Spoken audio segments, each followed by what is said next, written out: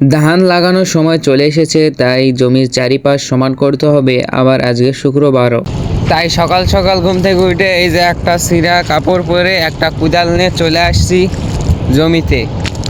এখন জমির কোলা টেনে সমান করব। তো মাঠের মাঝে এসে দেখি একটা পাওয়ার টিলার দিয়ে জমি চাষ করতেছে। আমাদের এখানে পাওয়ার টিলার দিয়ে জমি চাষ করা হয়, কোনো ট্রাক্টর দিয়ে চাষ করা হয় না বললেই চলে।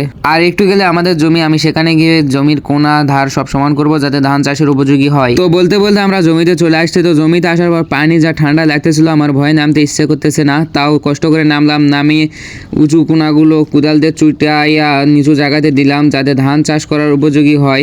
গাইস, পানি এতটা ঠান্ডা যে আমার পা পুরা বরফ হয়ে গেছে, আমার অবস্থাই খারাপ। শুধুমাত্র একটা ভিয়ের একটা কোনা কেবল সমান করলাম, আরও কয়েকটা ভিউ আছে, আরও অনেক কোনা আছে, তাহলে আমার অবস্থা কি পরিমাণ খারাপ হবে আপনারাই ভাবুন। তো আস্তে আস্তে আমি সব জমির সব কোনা ও ধার সমান করে নিলাম। তারপর দেখি একটা জমির ফুললি চাষ করা হয়ে গেছে, সেটাতে মই দিয়ে সব কিছু সমান করে নিলাম যাতে বীজ বপন করতে সুবিধা হয়। তারপর আমি বাড়ি চলে যাচ্ছি। তোমরা আমার পায়ের অবস্থা দেখো, মনে হচ্ছে আমার পা নেই। আমি বাড়ি গিয়ে ফ্রেশ হই। তোমরা আরও মিনি ব্লগসের জন্য ফলো বা সাবস্ক্রাইব করো। বাই।